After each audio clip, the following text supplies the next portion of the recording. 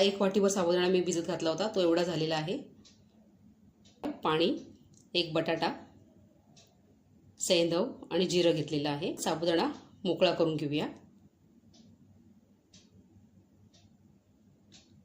आता टोपामध्ये मी पाणी गरम करत ठेवलं आहे. या 4 वाट्या पाणी गरम करत ठेवलं होतं, त्यातलं 1 वाटी मी काढून घेतलेलं आहे.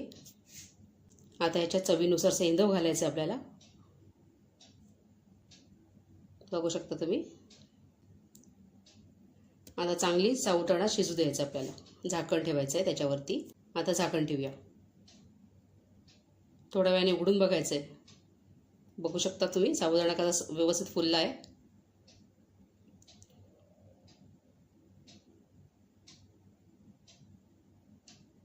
परत झाकण ठेवलं होतं मी.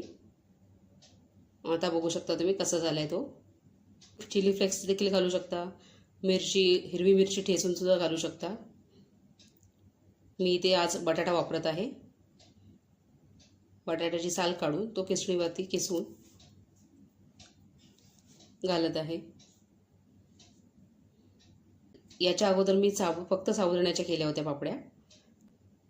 उन्हाळ्यात अशा गोष्टी करून ठेवल्या तर खूप बरं पडतं. तुम्हाला पाहिजे असेल तर थोडीशी साखरसुद्धा तुम्ही चवीला घालू शकता याच्यामध्ये. थोडंसं पाणी घालते मी. एक्स्ट्रा काढून ठेवलं होतं ना, ते पाणी घालते मी, घट्ट वाटते म्हणून. गरम पाणीच घालायचं आहे, थंड घालायचं नाही. परत ढवळून घेत आहे. साबुदाणा झाला, आता काढून घेऊया आपण. बघू शकता तुम्ही मी एका टोपात काढून घेतलेला आहे.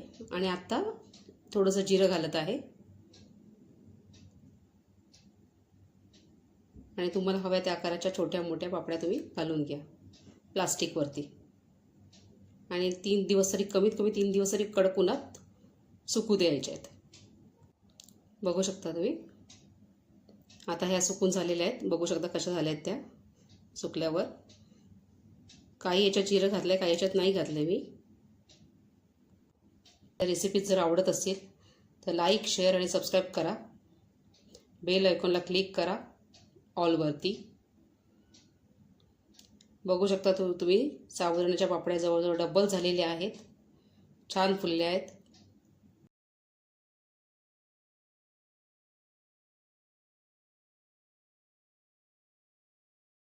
एका अगोदरच्या साबुदाण्याच्या पापड्या आहेत नुसत्या. आणि ह्या आता साबुदाणा बटाटा केलेल्या पापड्या आहेत.